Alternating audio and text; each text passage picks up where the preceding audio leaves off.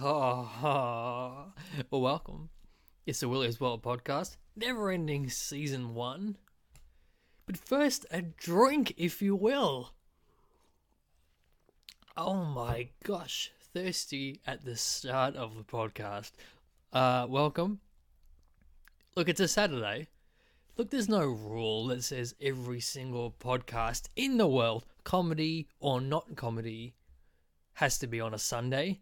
I mean, who said the rule that every single podcast in the world needs to be recorded on a Sunday? I didn't come up with that rule, but I have followed it, and now it's time to break that rule because, look, that's what we do here on the Willy's World podcast. We break rules. We're recording on a Saturday. This could very well be a double weekend. We didn't have the podcast last weekend for reasons I can't go into. My lawyer said I can go into them, but I choose not to. Anyway, look, let's start with the story, shall we? You don't want to hear me talk about my many lawsuits, or do you? Don't know about lawsuits, but I got some very nice suits. That's the good thing about lawsuits, is that you get to wear nice suits to court. Hey, anyway, there was these two dudes, right? Two dudes. And they're moving into the suburbs together. Two young lads moving out the first time. They're moving into this little apartment. And they found out next door to them lives this old man. They call him Old Man Withers, but his name's not Old Man Withers. He has another name, a real name that is his name. Anyway, they see that he's kind of a loner, do you know what I mean? He sort of dwells by himself, goes and buys his groceries on the weekend. He doesn't seem to have a family, doesn't seem to fraternize with other members of the community. So they say to themselves, hey, one day we should go talk to Old Man Withers. We should, just say hey and introduce ourselves. He seems kind of lonely. And the other friend said, put his pants back on, and he said, sure, we should definitely, that sounds like a good idea. So they got dressed and they head over, knocked on the door of Old Man Withers. And who opened the door? None less than Old Man Withers. And he said, hey boys, welcome to, hey boys, hey. And they said, hey, we are the guys next door. My name is Bill. And this is Sando. And look, we just thought we'd come over and bring you this loaf of bread and some fruit as a sort of hello. We're new to the neighborhood, and like to just introduce ourselves. The old man says, by golly, that's very nice of you young gentlemen to go out of your way on a Saturday, which is usually reserved for preparing for Sunday podcasts, and coming over to my house and, look, come in. Just come in and make yourselves, let me make you a cup of tea there, boys. Take a seat on the old leather couch. So they took a seat and they, just wanted to find something to ask, spur conversation with the Old Man Withers. They saw a photo of Old Man Withers, a young man he was, with some other young man. And they said, while the man is brewing tea, he comes in from the kitchen with their tea and he says, here's your tea. And the boys say, hey, what's that photo? Who's that from? That looks interesting. And the old man puts down the tea and he says, that is an old photo. That is me as a young man in my early 20s in the war with Jimmy Roberts, one of my closest friends at the time. But, yeah. And then the guys say, well, tell me about that fucking story. What's the story behind this photo? And the old man says, well, let me tell you this story. And he says, it was in Germany. Back in the 40s, the war. Us Australians, we were there, and the Soviets, they were knocking at the door of our trenches. We'd lost a lot of good men out there in the mud and the blood on the beaches. We had to escape. We were trapped. And there was a supply boat coming into the beach. Yet only a few of us could make it on. The Nazis were closing in. The Soviets were drawing in around us. The Red Threat, if you will. Anyway, this boat, I was there with Jimmy, so we got to get on that boat. We got to get on it. And anyway, we watched it sail on, and then only so many people could get on. Me and Jimmy couldn't get on the supply boat. So, and the Japanese are there. They're dropping bombs. And the supply boat, it takes others, but it leaves me and Jimmy on the beach. And the supply boat leaves. And we see the Japanese, a plane fly over. They drop the wonton bomb on it. And the boys say, did you say the wonton bomb? And the old man with us says, no, the 1 ton bomb. The 1 ton bomb. Anyway, we see the bomb. It splits the boat apart. Everyone on that boat is dead. Me and Jimmy, I looked at Jimmy on the beach and we say, God damn, we got to get out of here. And then just by my wit, I see a sort of trench tunnel on the beach.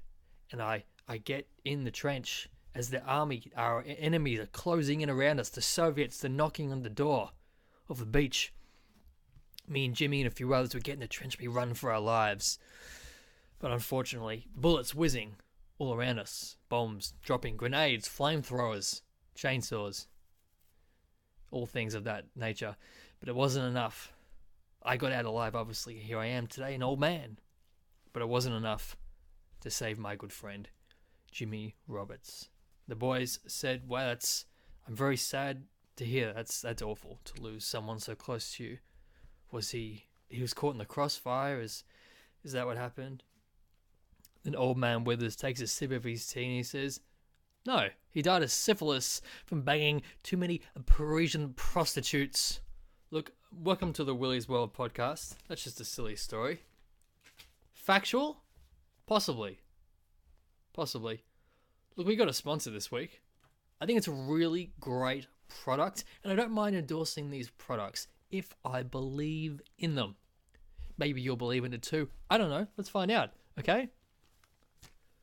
It's called the Evapo Jaquetto. Look, don't judge it, okay? I hear your judgment. Reserve it. Thus thou judge, if not thou wilt be judged. Look, a sip of water, if you will. Thank you. Oh, man, I tell you what, water, I feel like it gets better every year. Look, the Evapo Jaquetto. Do you agree that umbrellas are a real pain in the ass? The flaps can turn against you when they're soaking wet and the wind is lapping against your face.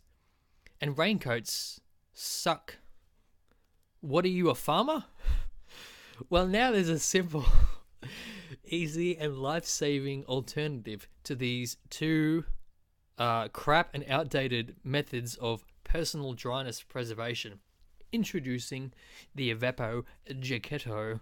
How does it work? Let me tell you. It's a lightweight jacket you put on that evaporates all of the waterness around you. Evaporates all of the rain. It evaporates the rain. This chic and stylish accessory works by flicking a switch that fires up electric grills inside the lining of the jacket that heat to an undisclosed temperature. All you need to know is that it's hot enough to evaporate any raindrop within meters. How cool is that? With the Evapo Jaquetto, you'll literally be the hottest guy in town. And people will love you because you'll be a walking cigarette lighter. So yes, dreams can come true. Don't wait another second, okay? Whip out your debit and pay for this shit right now. Seriously, don't make me come over there. Whip it out and I'll swipe it myself. Okay? No umbrellas, no raincoats, just Evapo Jaquettos. Forever, all over the country, worldwide sensation, evaporation nation, the evaporation of proclamation. Buy yours. WillysWorld/shop/Evapo Jaquetto - buy yours now. #. How good is that product? It's pretty good. Pretty good. Nice little product there. Stoking the flames, sort of a pun intended, of capitalism. My favorite ism. It's not my favorite, but it's definitely a top 5. Look, I got another segment this week. It's a pretty good segment. No, I'm going to save that segment. We got another. Wait, it's Ask Willy. Everyone loves asking me questions. I got the answers. I got the answers to the questions you give to me. Where is my paperwork? Jenny! Jenny! Jenny, where's my paperwork? There's no Jenny. Jenny. Look, this desk is an absolute fuck show. I've got papers. Story. Oh, it's a little thing, isn't it? It's a little thing. A lot of little things in this. Here we go. Okay? Look, just be patient, okay? Where do you have to be? It's Saturday. Anyway, hey, question from the people, okay? Goosebumps lover _ lover at Hotmail. Who's still got a Hotmail? Nothing hot about Hotmail. I tell you what's hot, Vapo Jaquetto. Get on it. Dear Willy, love your show and love you as well on a personal level. I have a photo of you on my wall, and so does my mother. Anyway, my question is, what's your favorite song? That's a good question. It's a very difficult question to ask because I like a lot of music. You know, music is the music of life. It makes life good.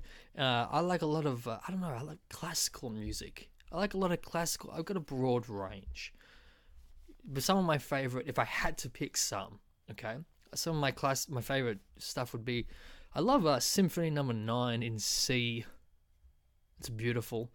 Or Piano Sonata Number 23 in F. Specifically in F. Or D. I like things in the D. The D is good. I like Mozart. Or Wolfgang Amadeus Mozart's Clarinet Concerto. Bach's Fugue in a D minor is also...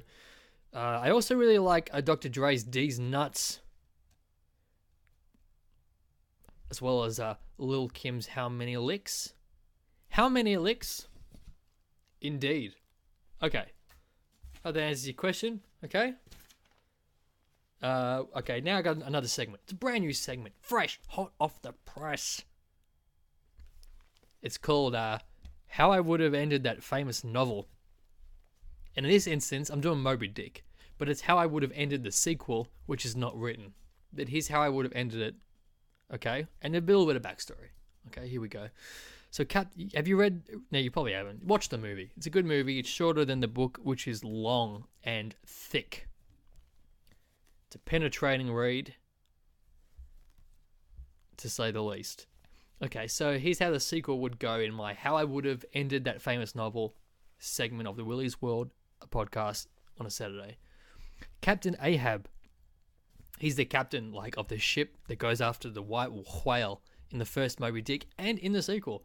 Okay, so Captain Ahab, his body... This is a bit of a spoiler for the first one, but who cares? Fucking, you don't care. I don't, seriously. Okay, so Captain Ahab, his body is discovered in the murky depths of the Atlantic, from where he is killed and crushed by a whale at the end of the first one, whatevs. Okay, then the people find him, his body, okay, and they put him back together. All the king's horses and all the king's men put Humpty Ahab back together again. He's now half man, half robot. 100% Ahab. 100% whale conquering machine. The most feared man in all of maritime law.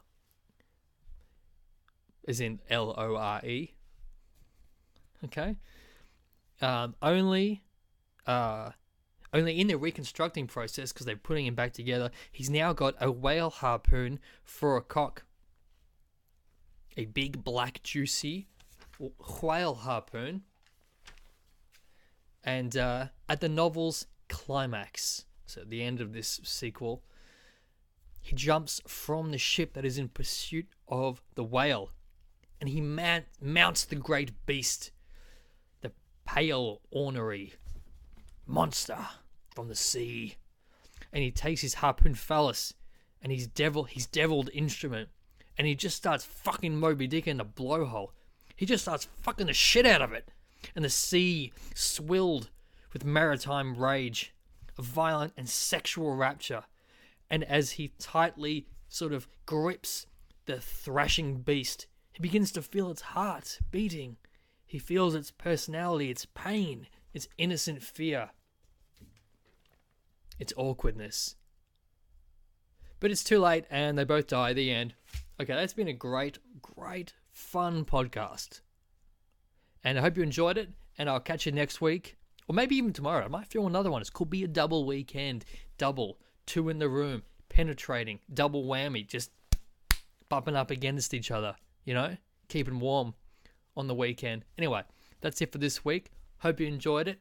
Catch you next week or tomorrow, possibly. Strong, possibly. Very strong. I'm going to call it a 70%. I'll tell you what, I'm at about 70% right now. Had it up to here, okay? Nah, you've done well. Let's end it there, shall we? Catch you soon. Bye.